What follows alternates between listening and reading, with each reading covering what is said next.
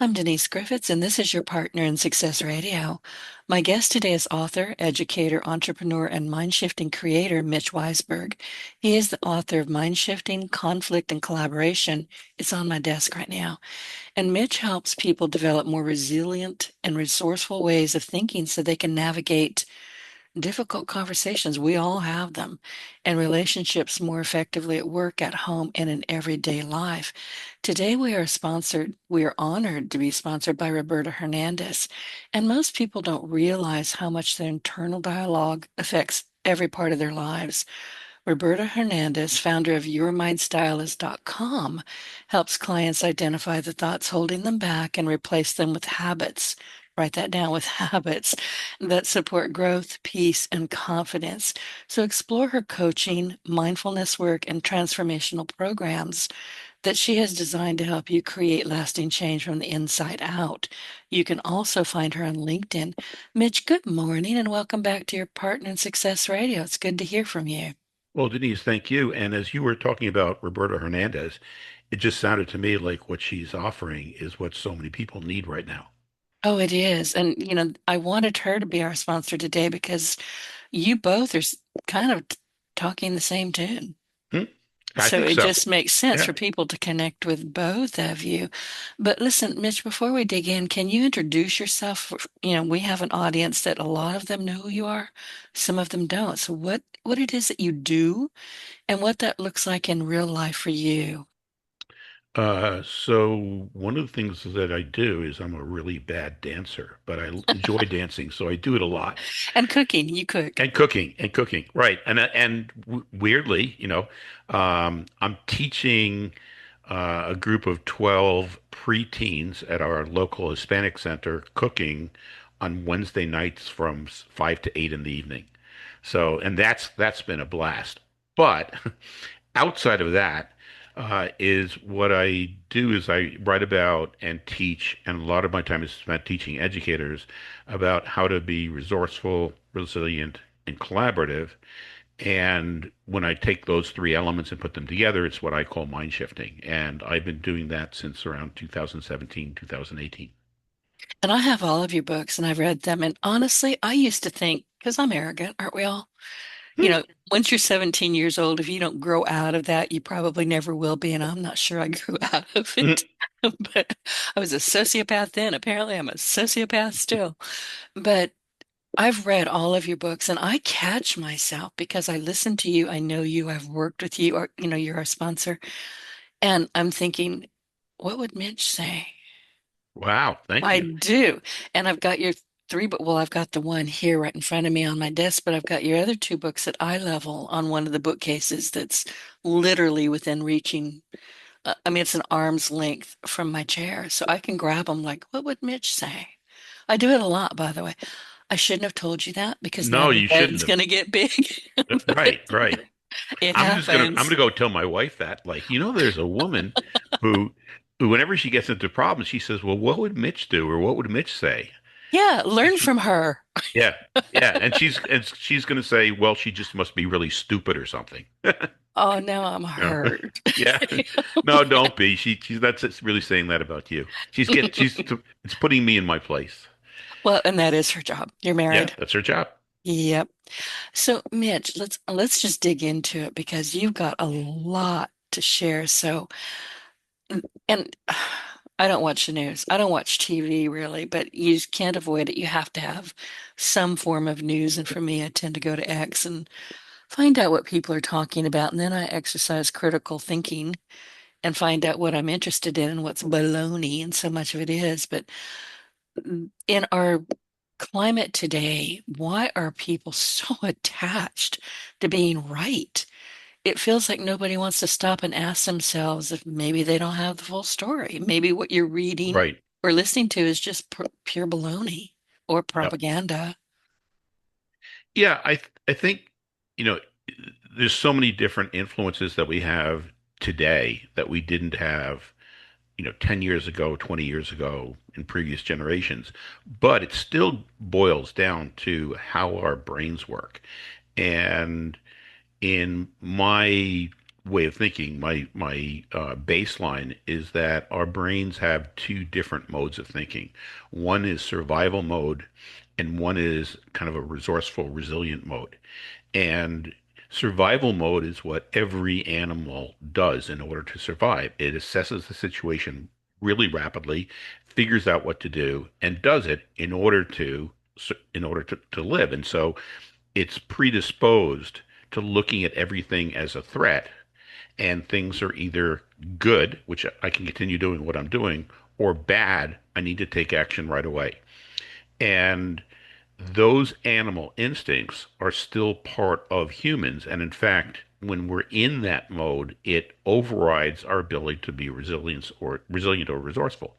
And the resilient or the resourceful parts of the brain, primarily in our newer parts, the kind of the top of our brain, called the prefrontal cortex, and those are the parts where we can be critically thinking, we can be creative, we can empathize with people, we can have executive function. But those parts of the brain are devalued when we feel that we're in danger. And the survival parts of the brain can't assess, well, is this a danger that I might die? Or is this a Mhm. danger that just somebody disagrees with me or somebody's offering me advice? Any one of those triggers the same natural reaction in the survival parts of the brain. And That then fight or flight, we're fight or all, flight. Yep, yeah. yep. And we get flooded with stress hormones, cortisol and adrenaline. Those stress hormones make us stronger, more focused, more able to meet the danger, but less able to take a step back to critically think, to be creative, and to work with others. And so when we're in those uh, survival moments, uh, we're going to fight, flight, or freeze, and those are the three primal things that we do. And then two other things that we tend to do is whatever we've done in the past that we're good at and we don't have to think about, or what everybody else is doing who's in our crowd. And so when we hear somebody criticizing something, or we hear somebody who says something that we disagree with, we look around and see what our crowd is doing. And whatever our crowd is doing, the survival parts of the brain says, do that. And then we go along with them. And the people who control our media, who's controlling most of the information that we're getting in, they've studied how the brain works, and their goal is to amplify the use of our survival brain to put us in fight, flight, freeze, so that we continue to dial in and listen to their media. And so those parts of the brain have been exacerbated over the last 5 or 10 years, and we rely on them more and more. And as we rely on them more and more, then we also are tending to fight against the people who disagree with us, and we get into this divisiveness that we all feel as part of society today. And that's horrifying, but that goes back to what I said earlier about propaganda. This is not new. I mean, No. this has been happening since, man first wrote on walls, cave walls. I mean, they were telling a story. Right. Everything is about storytelling, but it depends on what you're doing with those stories if you're a good guy or a bad guy. Hmm. Exactly. And the people who are running the social media, because they have access to our attention more often, and they actually get paid by the more attention that we give them, because Clicks. that's Yep. clicks, advertising, whatever. They've really studied this, so they know that they have to keep us moving every 5, 10, 15 seconds onto the next thing that excites us even more, and then on to the next thing. So we have all these dopamine jolts, which keep us there, and then the content which floods our brains with the cortisol and adrenaline.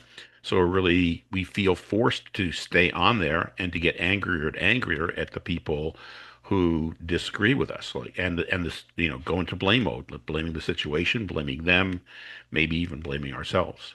It's not healthy. No, it's not. No, it's not healthy at all. And so when we learn how to uh, how to stop and pause for a second And when we can realize, oh my gosh, this person, this leader, this type of media is trying to manipulate me. Let me just pause for a second. Let me get my wherewithal back. Let me allow these stress hormones to dissipate over the next 60 to 90 seconds so that I can figure out exactly what I want. Then we're much more able to to be creative, to critically think, and to work with others. And that's like the first half chapter of that conflict and collaboration book. It's basically the entire book of the Stop Your Brain from Sabotaging Your Happiness and Success, because that's all about how do we control ourselves. But the conflict and collaboration book builds on that a little bit and says, okay, you learned how to control yourself in the first book. Even if you didn't, here's a basic outline of it. But now that you know how to do that, here's how to apply that as you're working with others. And you and I have talked about this. I know we have. It's the pause. I Yes. use the pause a lot, mostly because I don't want to be an idiot all day long. Just Uh, part of the day, just once in a while. But if you'll just take a breath and pause, go stick your head. I do this all the time. If my brain is just sizzling and something's bothering me or I can't focus, which is normally what happens, I will literally walk myself to the other part of the house, open the refrigerator doors, and stick as much of my body, my head, my face as I can in there because, I mean, you know what happens. You get to the refrigerator door, it's like you're driving in a fugue. You don't know how you got there. You don't know where you're going. right. You're Yep. home. You Yep. don't remember getting there. It's the same thing. Am I here for water? Why am I in here? And then your brain just goes, what the heck? Well, I turn my brain off. Literally, I stick my head in there and I just quit thinking. I call it open refrigerator door syndrome. And then I can go back and go, okay, why did this bother me? What am I going to do? Am I going to do anything about it? Is it worth my time? Yep. And so what you've done is you've interrupted, Hmm. the Pattern pattern. interrupt, Okay. right? That's the first thing. And then you've used your what I would call your self commander to then put yourself into to distract from your what your attention was on, put it on place it somewhere else, and then to be able to latch on to your own, your sage powers, your own resourcefulness. And that second step, uh, which is changing your focus. There's so many different ways of doing that. Every person has to find out the ways that work for them. You go to the refrigerator. Other people may think of, wow, when was the last time I was on the beach? Or somebody else may say, I'm going to go for a walk. Or somebody else might listen to music, or somebody else might drive. Any of those things will bring our attention away from the problem, and when we're focusing on the problem, that's when those stress hormones are flooding ourselves. But by focusing our attention away from the problem onto something else, we're allowing them to dissipate so that we can latch onto our resourcefulness parts of the brain.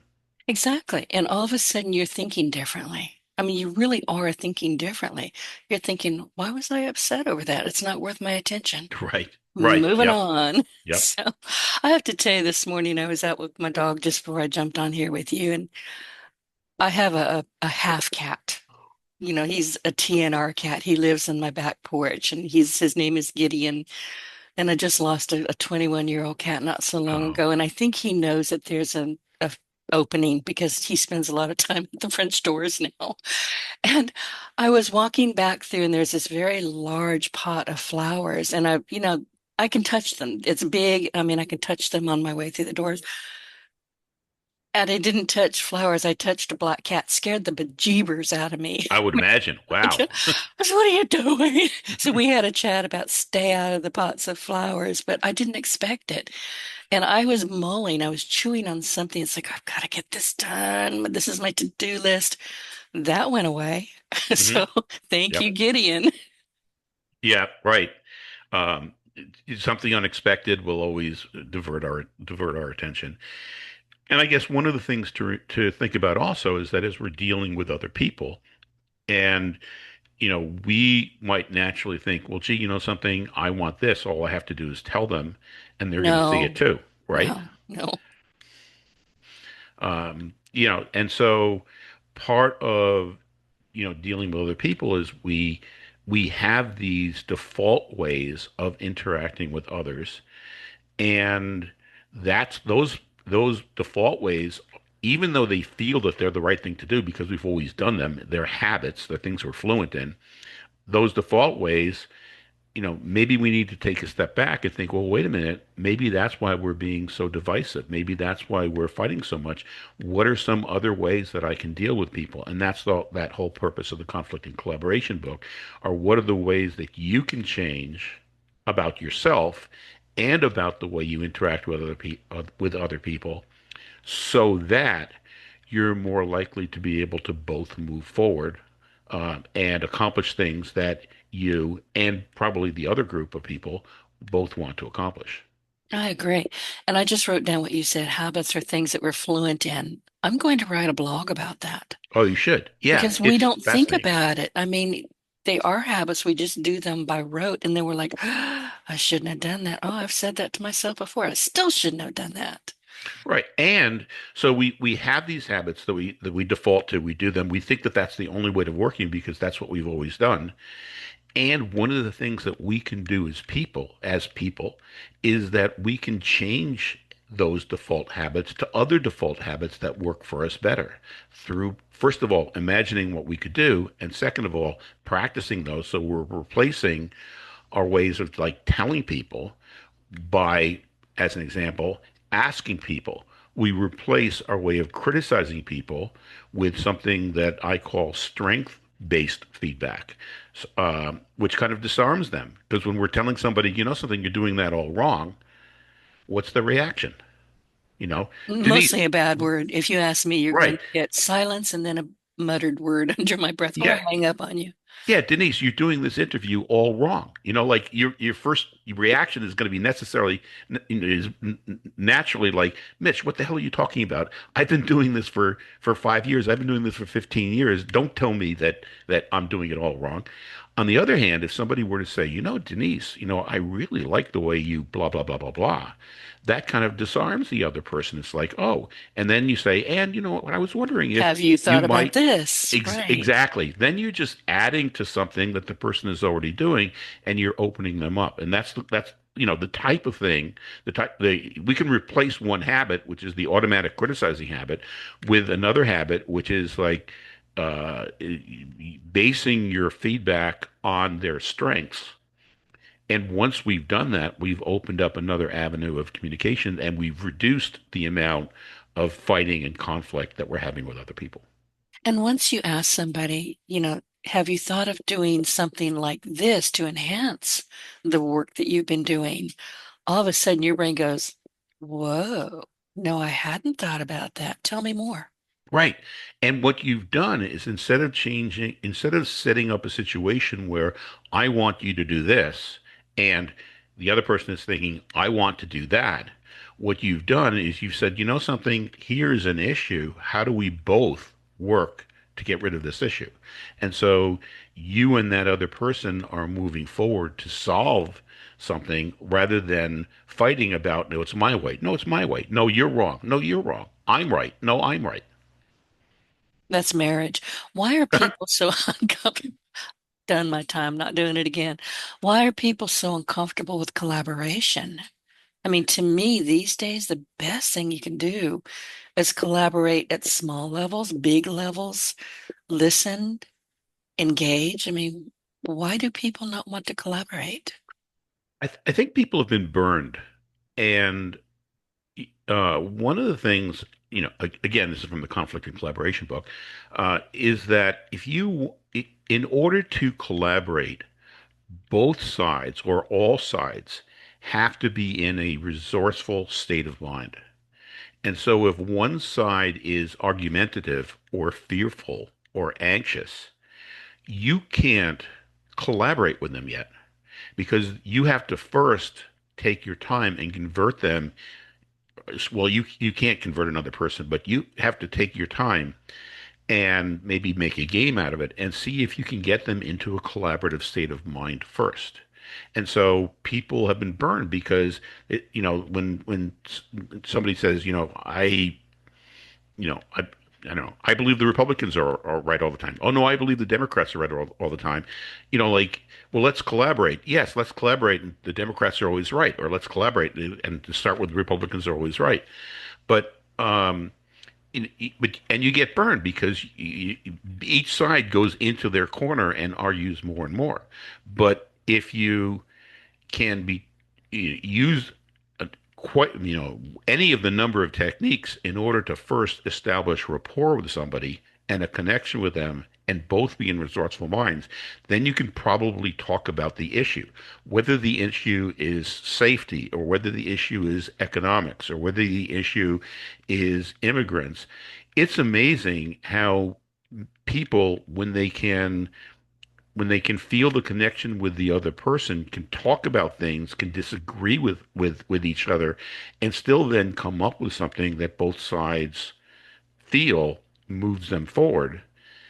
But when they start off and they go into this, well, let's collaborate as long as you believe, as long as you agree with me, then you get burned because you feed that divisiveness, you feed that fire. You do, and I don't understand that. I mean, Republicans are never right. Neither are Mm, Democrats. right. Yeah. Neither, none of them are. They're They're both just humans. stories. They're They're just stories. humans, right? Right. And they're going to spout out whatever they think they're supposed to be spouting out. And frankly, I think a lot of them are demonic. So let's just leave that Right. right there. But, Yeah. you know, you can't say, well, this one's always right or this one's always right. That's just, you're lying to yourself. You need to stop doing that. Although that's the way our what I call the limbic mind or the survival brain, that's the way it works because something is either right or it's wrong. You're with me or you're against me. And Right. so when we're in that mode, we are incapable of seeing that we could collaborate.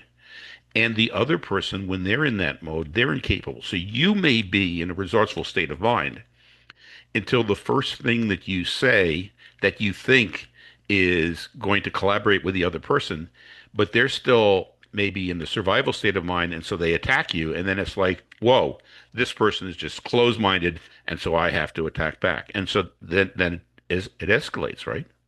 It does. And listen, I rarely dislike somebody. I tend to Oh, just, then you're much better than I am.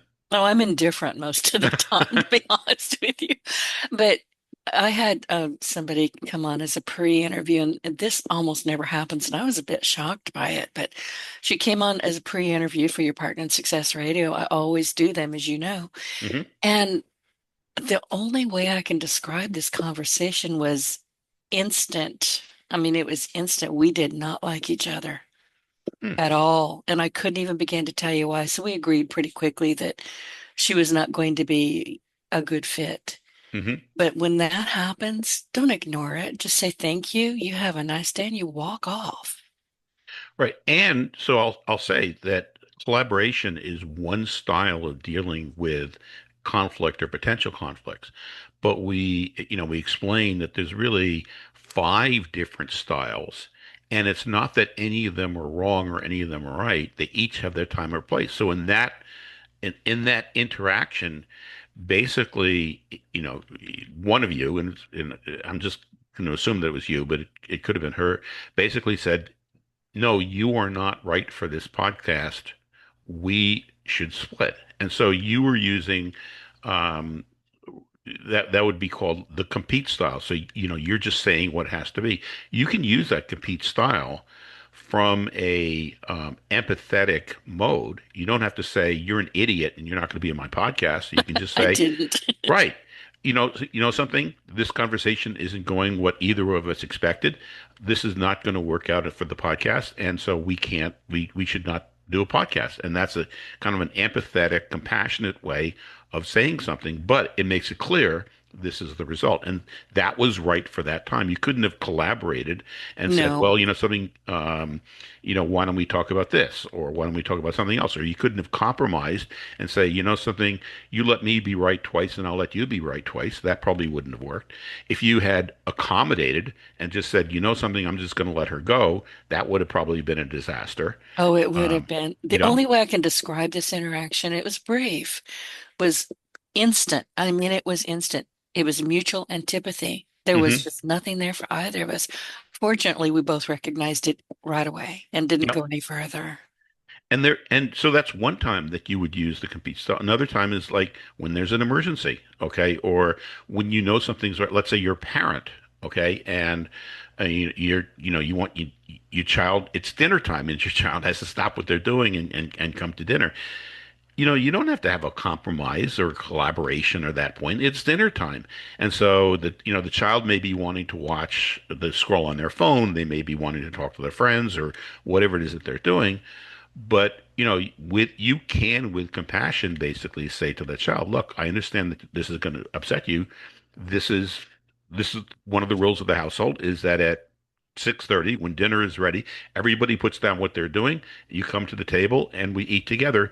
And it's my job to ensure that takes place. And I know you're upset. I'm really sorry.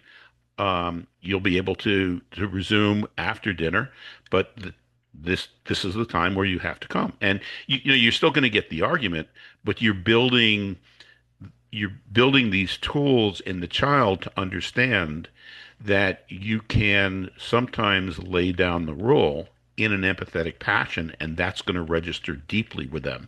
Maybe not an yeah, Exactly. yeah, And that will hold through life.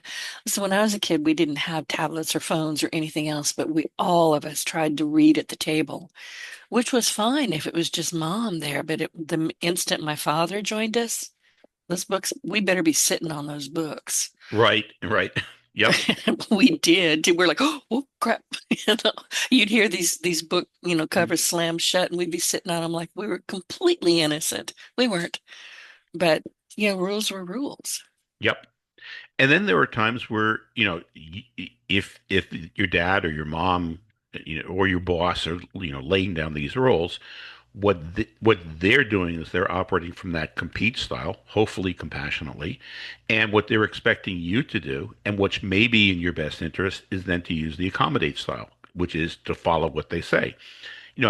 As a parent, you may use the accommodate style also. Your child may want to do something. You may think the child is wrong, but there are times where you need to let the child just try things and learn from the law of natural consequences. And so you can be accommodating. You can say to the child, "Look, I think you should do this. It's your decision. Go ahead and do that."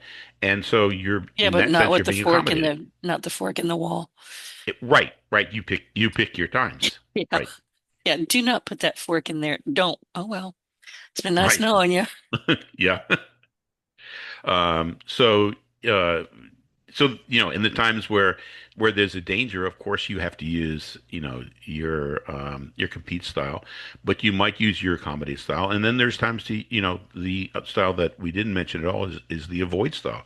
And there are times to just avoid the conflict entirely, where, um, you're where it's just not going to be worth it. And so you just stay away from this person is one way of using the avoid style. Don't tell them about this person. Don't tell them about this thing that's going to happen, or this thing that has happened, or this thing that you want to do. And that's the avoid style. There's times to use that. And so you can use the compete style, you can use the avoid style, you can use the accommodate style, you can compromise with another person. And in all of those, you can be using them from a resourceful state of mind, which is going to give you much better results than if you're in your survival brain and you're fighting with them, because the fighting with them is just going to force them to try to to fight back. But if you want to collaborate with them and move forward to solve a big issue or something that you both value, in order to do that, you have to have the skills to be able to judge, are we connected? Are we both in a resourceful frame of mind? And how do we both move forward? And so, those are probably half the book is devoted to how do you hone those skills and build those skills so that they're habits. So you don't have to really think about them as much as you're doing them. You naturally would gravitate towards them. Right. And in the book, you talk about the five styles of conflict resolution, which you touched on a little bit. Yep. And I think people are going to recognize themselves pretty quickly in these patterns. I did. So, but can you walk us through them and explain where people get stuck? Let's just start with one and then go through five. Sure. I think you know, so yeah, I always start with compete, but this time I'm gonna, I'm gonna try to stretch myself. And so many of us are hyper pleasers, right? We try, we're thinking, boy, this person, if I insist what I think is right, or if I give my opinion, I'm just going to make situations worse. So I'm just going to do what they want. Okay. And that style is the accommodate style. And I think that it's so many of us uh, just default to that, like with our spouses, with our bosses, with our coworkers, with our families, with our friends. Oh, can you come over and help me move?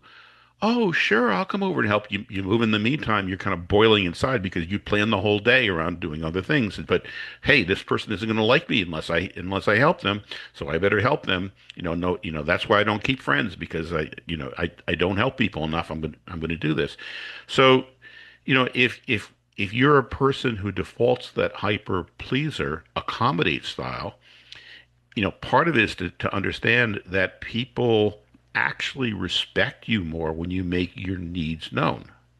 And so you can gravitate when you make your needs known. You can do that from a compete style. A compete style would be, the person says, well, can you help me move tomorrow all day? And the compete style is, something, thank you for asking me, but it turns out I have plans tomorrow and I can't help you tomorrow. Okay. Or even the style where you're just letting them know, something, I have plans all day long. What is it that you need to do? And can this be done another day, or can I help you a little bit? And so you can move into the collaborate style, which is us both figuring out what my needs are, which is I already have plans tomorrow, and your needs are you have to move, and can we come up with a way that meets both of our needs, or maybe that's the third style, and then the fourth style would be uh, kind of a negotiating where something like you have to move tomorrow. I have my plans. What if I gave you an hour and a half tomorrow? That doesn't meet all of your needs and it doesn't meet all of my needs, but at least we can get through this and I can give you some help. So that's compromise or negotiate. And then avoid, in this case, it's like if this is the person that's always making these demands on you, maybe avoid is saying, something, I'll get back to you, and then just never getting back to them because you know that anything that you say to them is just going to inflame them, and you're not going to do it. So you just avoid the argument, and you just, I'll get back to you in an hour about what I can do, and then you just never get back to them. So that would be avoid. So those are the See, five I don't styles. like that one. To me, no is my favorite word. Mm. I'm Oh, very that good. My one. mother Yep. said she swore that, when I was a baby, my first word was not mom, dad, dog. It was no. And she said I meant it. Mm. Yeah, but there are times where avoid, maybe that wasn't the greatest example, but there are times where avoid, is something like if you're at Thanksgiving and you have one uncle who feels really strongly about gun control, and you feel the exact opposite. Maybe the best thing is to avoid talking about the subject, and even if Yeah, the other we all person have an brings Uncle something up, Bob. We right? all have an Uncle Bob. Yep, yep. And maybe even if the other person says something is avoid you bringing it up so that you can change the conversation to something else. So if you're aware of all five styles and you approach a situation, you can start asking your question. First of all, are we both in resourceful mode? Could I possibly use the collaborate style? Are we in danger? Does something have to happen? Okay, if something has to happen, then I have to use the compete style. Um, do I, the person is asking me to do this. Am I willing to do this? Is that the best alternative? Should I use the accommodate style? Is this something where, you know, something has to be done, but maybe not exactly that, and um, maybe we can work it out and do one thing that they want and one thing that I want. And neither of us will be fully satisfied, but at least we'll be beyond this and we can move on. So to be able to to fall back and to say I can use any of those five styles, and I can use them from my resourceful brain. That gives you power in every situation. So I'm glad we're talking about this because I do have an avoid thing going on right now. Happened over the weekend, and I was pretty miffed about it. And it's a business decision that I have to make, but it just hit me all kinds of wrong. So I'm pausing and I'm not responding because I'll respond in a way that will just have both of us irritated and it will escalate. I know this. Yep. So I'm pausing, I'm walking away from it. I'll wait for the next move from this person, if there is one, and I'm sure there will be. And I'll see how I feel about it then. And at that point, I will have to make some kind of a decision. Yes, no, kiss my fanny, whatever it's going to Right. be. Yep. But I can only avoid for so long. But I do it. I just try not to do it unnecessarily. Yeah, and and there are a large number of people who use avoid, who overuse avoid, right? And if you're And overusing that's, avoid, yeah, I don't want to do that. you end up making the problems worse. But if you're using avoid from a resourceful standpoint, it's like, you know something, this business thing came up this weekend, and this actually happened to me this weekend also. This business thing came up. This person wants a response right away. I don't have a response for them. And Same, exactly the same. you know something, I'm just going to avoid getting back to them, and I'll deal with it in 3 days. And I also know I have to be prepared over the next 3 days to come up with what I want to do in 3 days, because continuing to postpone this is just going to make the problem escalate. And it doesn't go away. And I've Right. learned that a long time ago. It doesn't leave. It's there, it's simmering. It may not pop up on Wednesday, but it's going to pop up at some point. And it's going to pop up with loss of faith in you, loss of faith in yourself. Exactly. You Yep. have to Yep. take care of it. But use that pause and just don't jump in. Well, you need an answer. Well, I didn't agree to this. Right. And it's funny as you're talking about that, because I'm thinking, going back to that first book, the Stop Your Brain from Sabotaging Your Happiness and Success. When you use that pause, your own brain is going to attack you. Your own brain is going to say, that's why you're always miserable. That's why you never get anything done. No matter what you choose, you have this part of the brain that psychologists call your part X, that is going to attack you and make you feel bad about whatever it is that you decided not to do, or whatever it is that you decided to do. And that part of the brain, it's trying to protect you from taking risks, but it's always going to criticize you. So when you avoid, it's like that part of the brain comes up, and in me, it's like, Mitch, you should have taken this person's call. You should have dealt with this right now. And then I'm like, you know something? I hear you. Thank you for your feedback, this part of the brain, but I'm going to deal with this next week. I'm not going to deal with this now. I have more important things that I'm going to be focusing on today. It's okay. And then I can move on. Exactly. And I do something similar because I'll have that talk. I don't know about you, Mitch. I talk to myself out loud a lot. I Yep. live alone. I get by with it. And my cats are very happy with they hear my voice. They know mommy loves them. And I'm still in the house. But I will do that and I'll say, but I never ever allow so, well, you should have done that, Denise. No, no, no. Don't tell me what to do. I fight with my nav system. She's not the boss of me.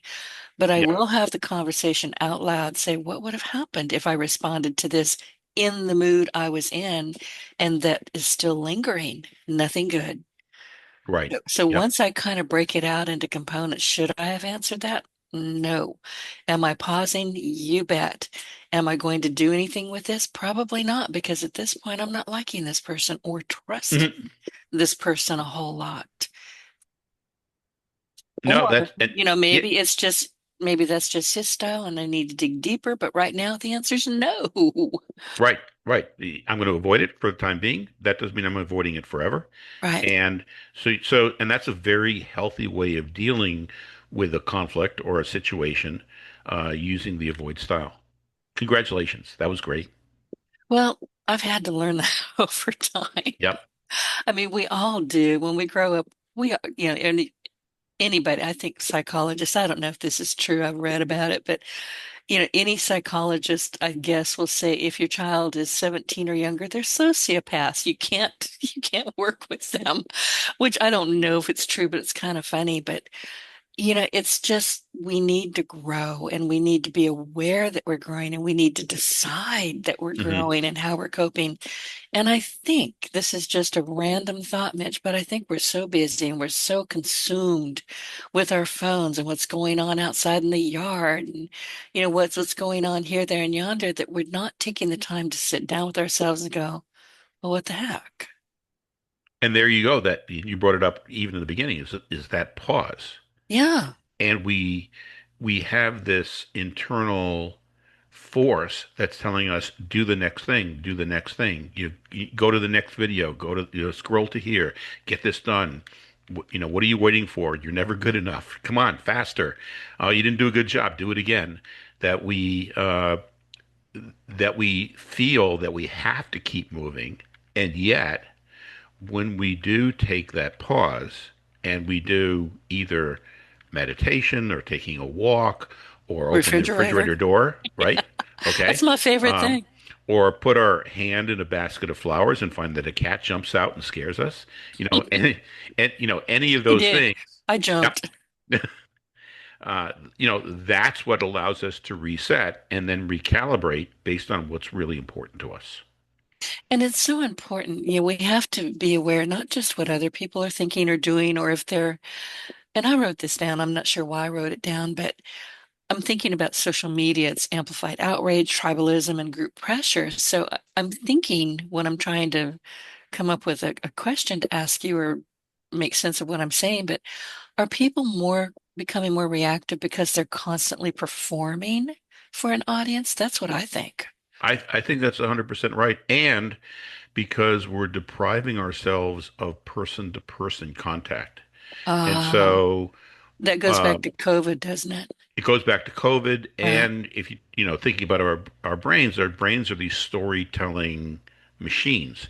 And so by not having when we're in contact with another person, when I'm sitting in front of another person, I'm watching their face, I'm hearing their breathing, I'm listening to their words, I see the tone of their words. Every time we take a step back from that, we're leaving those interpretations up to our brain, up to our imagination, rather than what we're observing.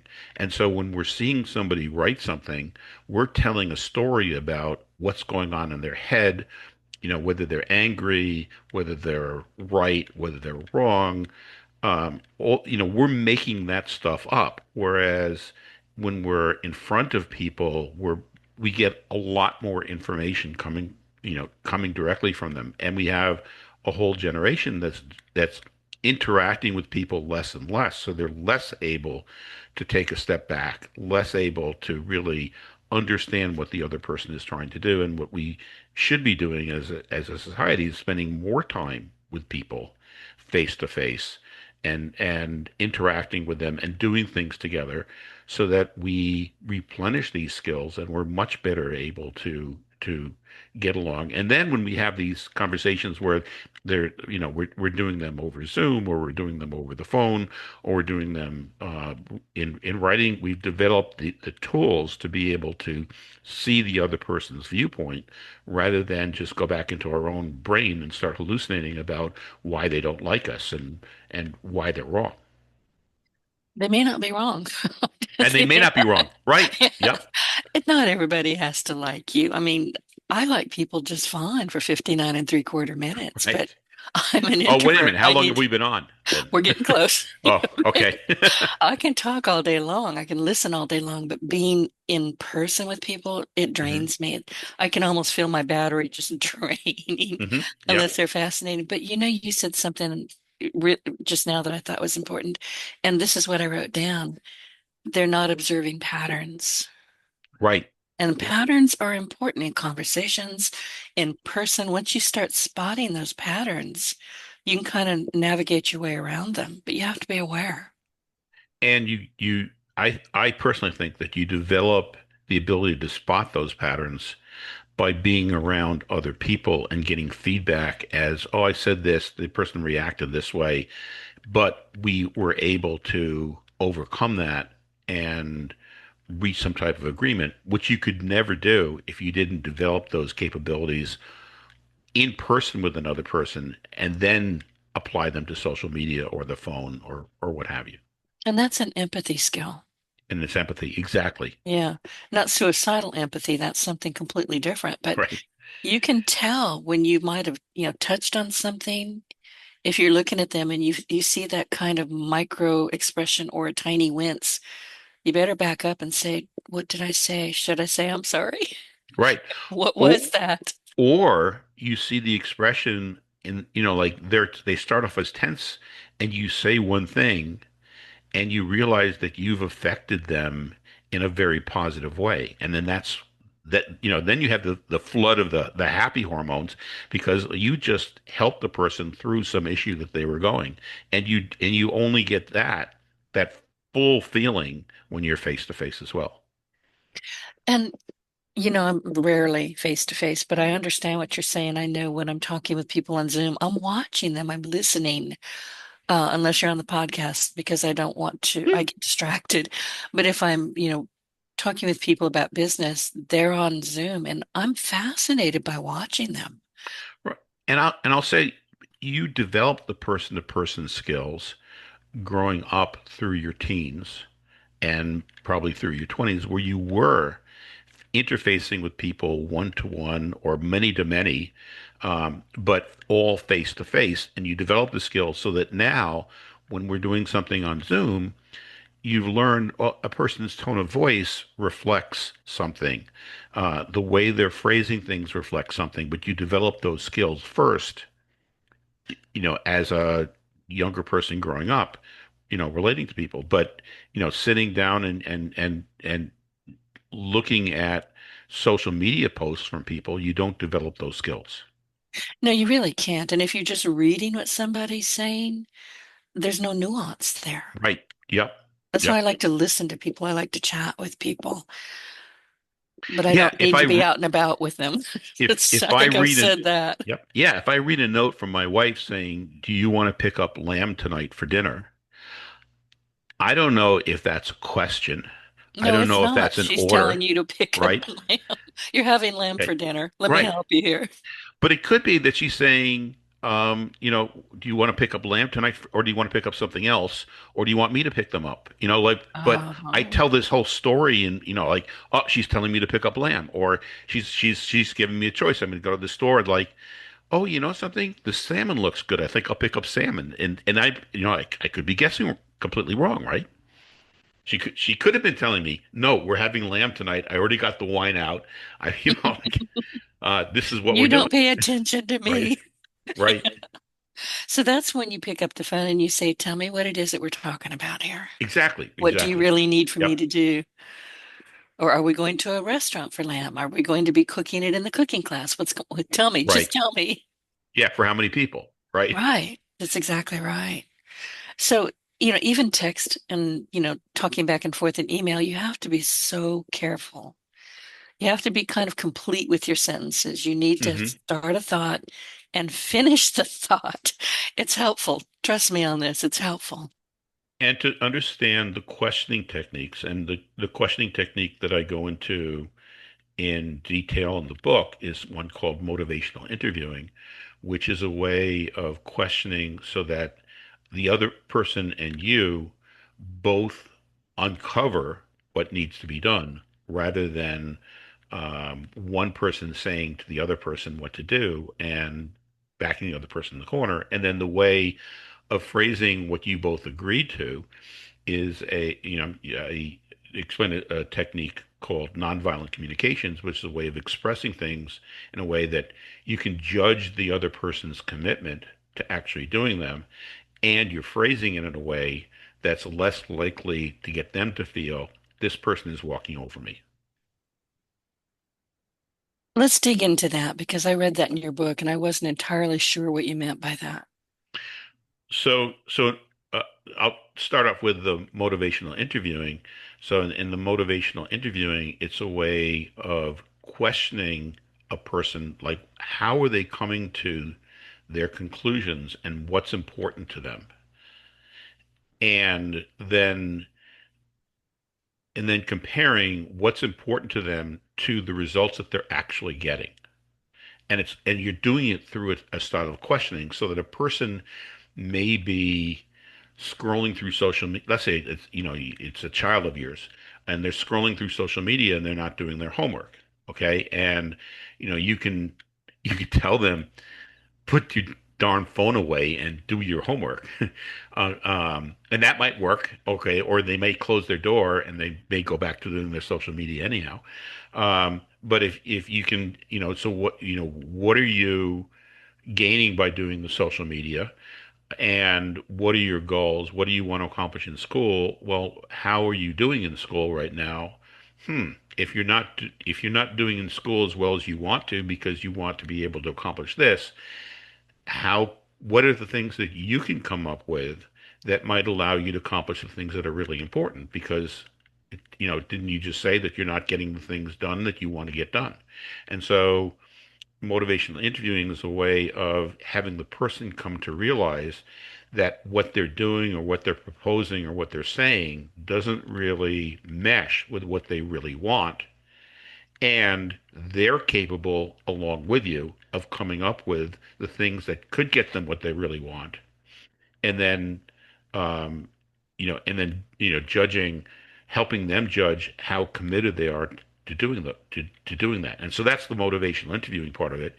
And in the nonviolent communication part, it's a way of communicating instead of saying, instead of communicating in a judgmental way, like you're always late, you never do the dishes, you never get your work done on time, or your work is never satisfactory.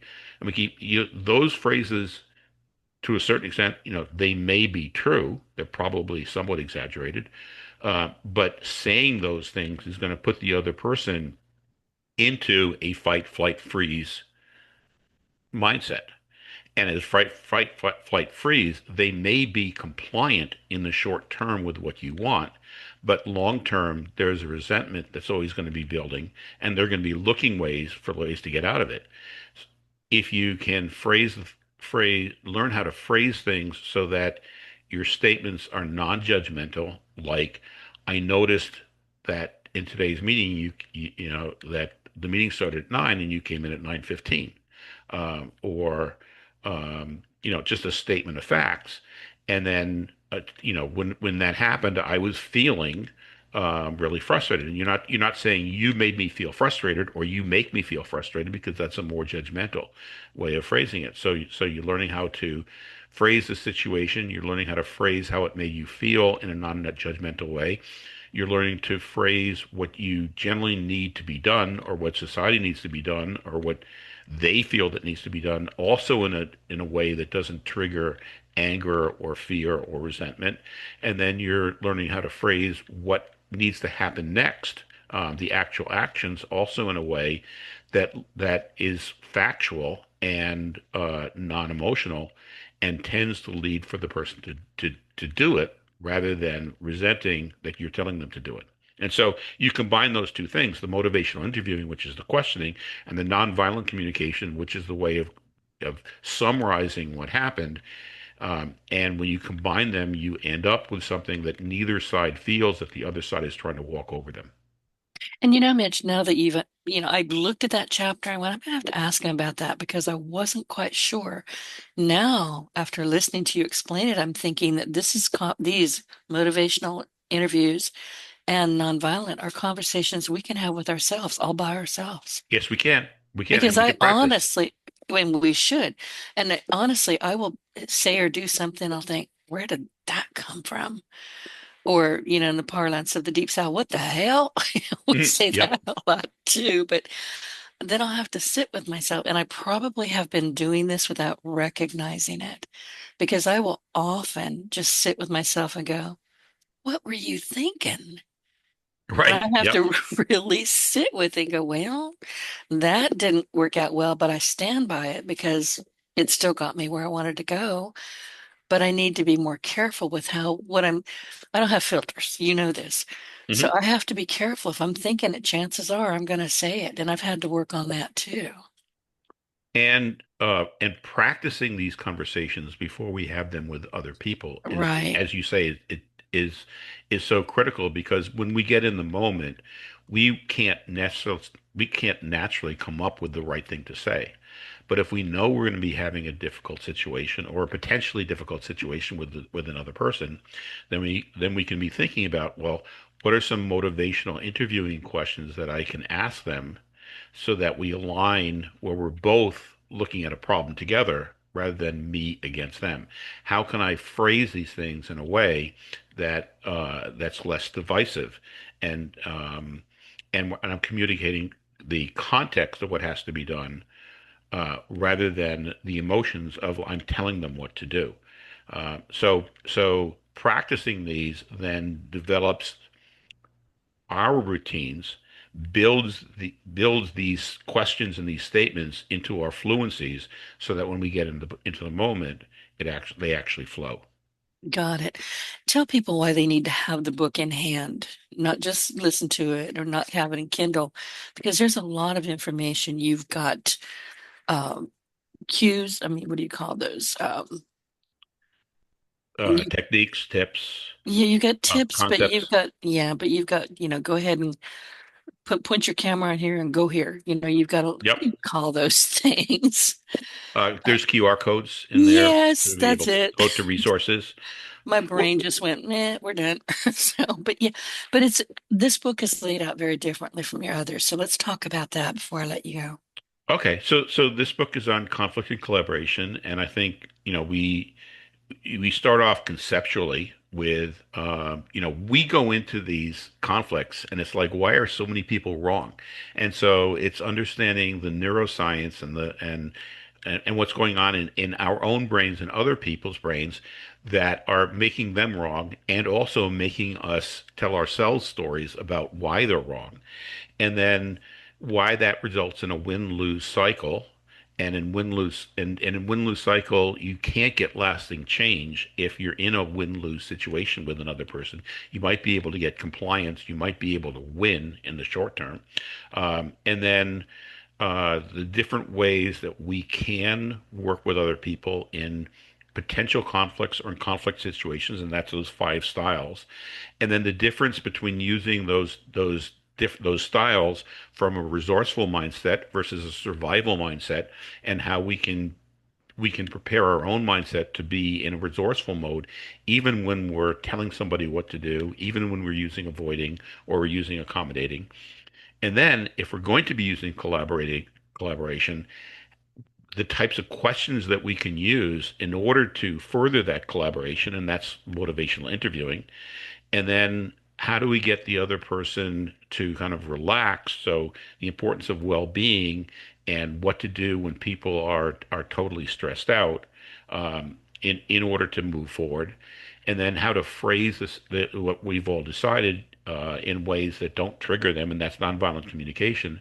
And then also, how does all of these conflicts get even further triggered by the groups that we belong to, and how do we overcome that for ourselves, and how do we help other people overcome these tremendous pressures that groups are always exerting on us?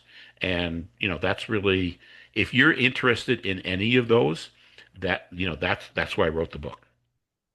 Tell people where they can connect with you and learn more about your work or even work with you directly. Okay, so my website is mindshiftingwithmitch.com or mindshiftingwithmitch.org. They both get you to the same place. And when you're there, you can find out more about the books. The books are both, all my mind shifting books are available on Amazon. You can look me up, Mitch Weisburgh, or there's links to them from the website. And there are plenty of free guides and free materials that are also available on the website. And then also, I have a weekly newsletter. So if you go to the website and you want to see how mind shifting can be applied to daily events, you can subscribe to the newsletter and you'll get a weekly email from me about, one or two or three things that happen during the week and how those relate to mind shifting. Excellent. Mitch, if listeners walk away remembering just one thing from this conversation, What do you hope it is?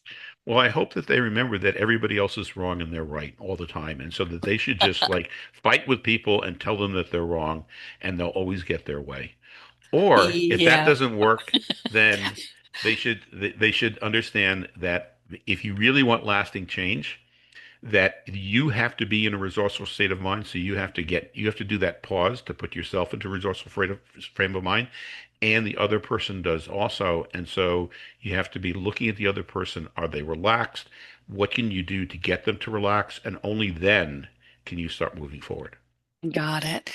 Listen, I've got all three of you books and I appreciate the heck out of all of them. So listen, everybody, today's conversation with Mitch Weisburgh really brings us back to something simple but powerful. The way we think shapes the way we communicate, and the way we communicate shapes every relationship we have, even the one with ourselves. So, from conflict styles and stress responses to motivational interviewing and nonviolent communication, Mitch shared practical ways to move out of those win lose thinking traps that you get in and into something far more productive, collaborative, and human. And if you found value in this episode, don't just let it sit here. Share with someone that you're communicating with or you're navigating conflict with, or someone who could use a different way of looking at difficult conversations. Frankly, I think that's every one of us. You can connect with Mitch and learn more about his work, his books, and mind shifting approach at his website, mindshiftingwithmitch.org or .com. And thank you. We will see you again next week, 3 times a week. Mitch, thank you so much. Thank you, Denise. This was a wonderful conversation. I always enjoy talking with you. Same. I've loved chatting with you.